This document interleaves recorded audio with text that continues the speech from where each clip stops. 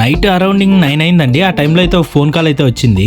ఆ phone call ఎక్కడి నుంచి వచ్చిందంటే ఏరూరు అనే ఊరు నుంచి వచ్చిందండి. ఏరూరు అంటే గుంటకల్ నుంచి దాదాపు 18 కిలోమీటర్స్ వస్తుంది.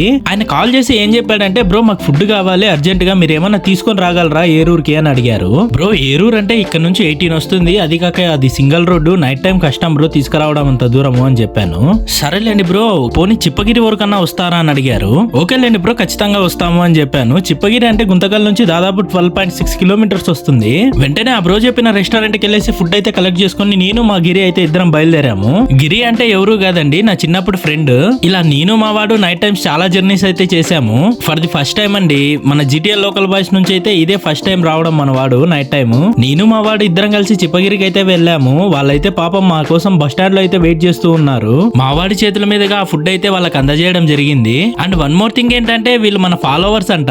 మన ఫాలోవర్ ని మనం ఇలా కలిసినందుకు నాకు చాలా అంటే చాలా హ్యాపీగా ఉంది. తర్వాత నేను మా వాడు ఇద్దరం గుంతకల్కి అయితే వచ్చేసాము. ఇలా మీరు కూడా మా సర్వీసెస్ యూజ్ చేసుకోవాలనుకుంటున్నారా? అయితే ప్లీజ్ కాంటాక్ట్ అండి జిటిఎల్ లోకల్ బాయ్ సర్వీసెస్.